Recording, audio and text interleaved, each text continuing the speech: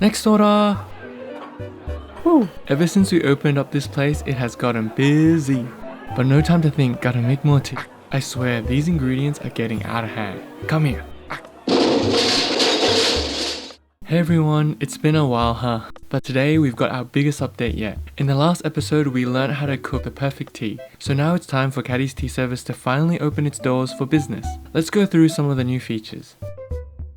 So we've got the kitchen part of our cooking simulator down. Now we need a restaurant to entice some customers in. Before I create any pixel art, I like to create a draft in Procreate first, to get the general layout and silhouette of the objects. I also make sure to use the player sprite as a reference, to make sure that each object is scaled to the player. Right now, the design is a lot more detailed than the actual restaurant I'm going to make. This is because I want to make a placeholder for now. As the game is focused around making tea, the actual restaurant would be considered a tea house, so it's important that each table has their own tea warmer. Tea warmers are exactly what they sound like. They are used to keep tea warm. Traditionally, coal or wood is used as a heat source, so you can sit back, relax without worrying about your tea getting lukewarm. When designing, I like to think about efficiency, and sometimes I have to consider things on a larger scale.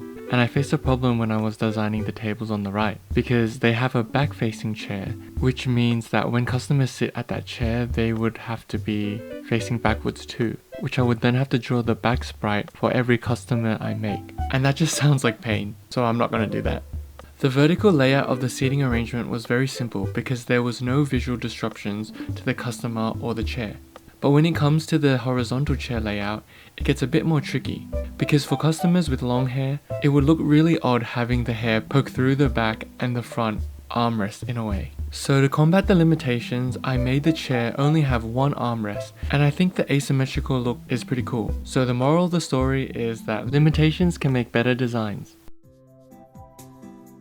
Now that we have a restaurant, we need customers. I was just going to make one customer design to save some time because I'm a bit lazy, but it physically pained me to see no variations, and it just looked like the restaurant was invaded and overtaken by one customer type.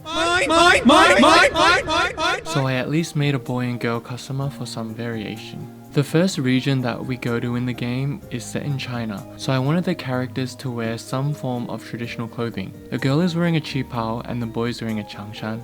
When a customer enters, they randomly pick a table to sit at. They then open the menu and decide what to drink. Once they've made up their mind, a docket will appear for the tea maker to see.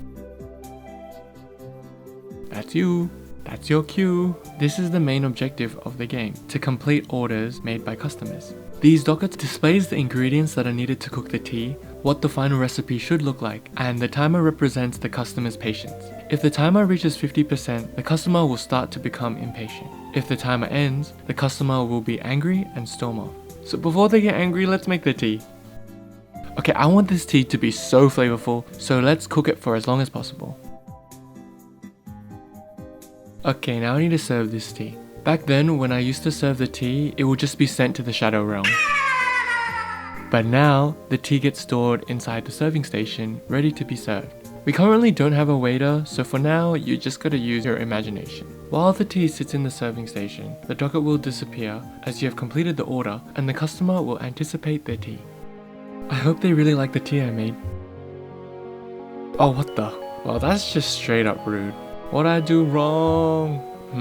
Maybe it's because I made the tea cook too long, and it tastes a little bitter. And we made a bronze star. Oh, that kinda makes sense now. Let's try cooking a different rank. When I cooked with the silver star, the customer seemed content. Come on, I want a big reaction. When I cooked a green star, the customer seemed satisfied. Whoa, they really like this one. Let's try a gold star. Die!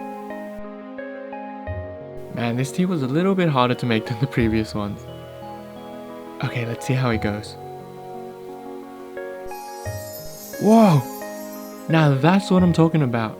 The customers seemed really delighted with that one. As you can see, the customers react differently depending on the quality of tea you provide. In the future, you would be definitely rewarded with bonus points for this, but for now, you just get paid for completing the customer's order.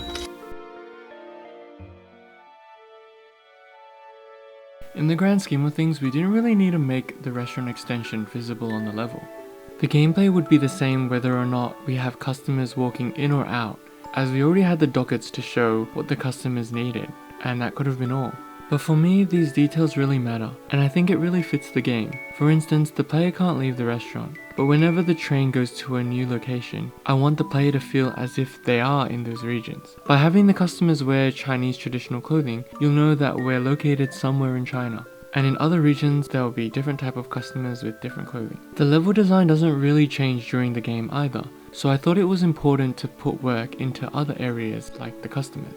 I think these additions make the world feel a little bit livelier and more immersive for players. Without the customers visible, you wouldn't know whether the person who received the tea you made enjoyed it, hated it, or loved it. Drinking tea is a simple but beautiful practice where people take the time to enjoy the present and reflect, creating a meaningful experience in time. So I wanted the customers to reflect that by taking a moment to appreciate the tea you made for them. Or maybe they're ungrateful like that first customer I served, but you get the point. Right now I've only developed one type of enemy, which is a melee unit. For the next one I want it to have a bit more range, so I'm gonna make a projectile enemy. So before I design an enemy, I need to think about what type of ingredient would be best suited for this ability, and in this case what can be chucked or thrown. So when I was researching ingredients, I found one called the ginkgo nut. This one caught my eye because it has a hard shell around it and you first need to break it in order to obtain the nut inside, which is the real ingredient you want to use. So I thought, why not make the projectile interactable with the player by making the only way to obtain the nut is by slicing the shell off with the sword. But that's not all. I feel like I really hit a gold rush with this ingredient because the ginkgo nut comes from the ginkgo tree, which has the ginkgo leaves, which is also a great ingredient for teas. That was a lot of ginkgos in one sentence, but you get the gist. So instead of hitting the projectile, if I kill the enemy, it drops the ginkgo leaf instead. I decided to incorporate the leaf into the design and make it the catapulter for the nut. The end of the leaf is a lot thicker than the base. I really like this design because it kind of reminds me of Midna's ponytail hand from the Twilight Princess. Every enemy spawns from a dispenser, and I originally made a ginkgo nut dispenser, but I thought it would be even more challenging to make it only obtainable from the enemy spawn's projectiles. So I only made the ginkgo leaf dispenser instead. So you might want to strategically keep the enemy alive and farm it for the nuts. That sounds a lot stranger now that I'm saying it out loud. With this character, I wanted it to have a lot more personality than the Lilybud did, who basically had zero personality.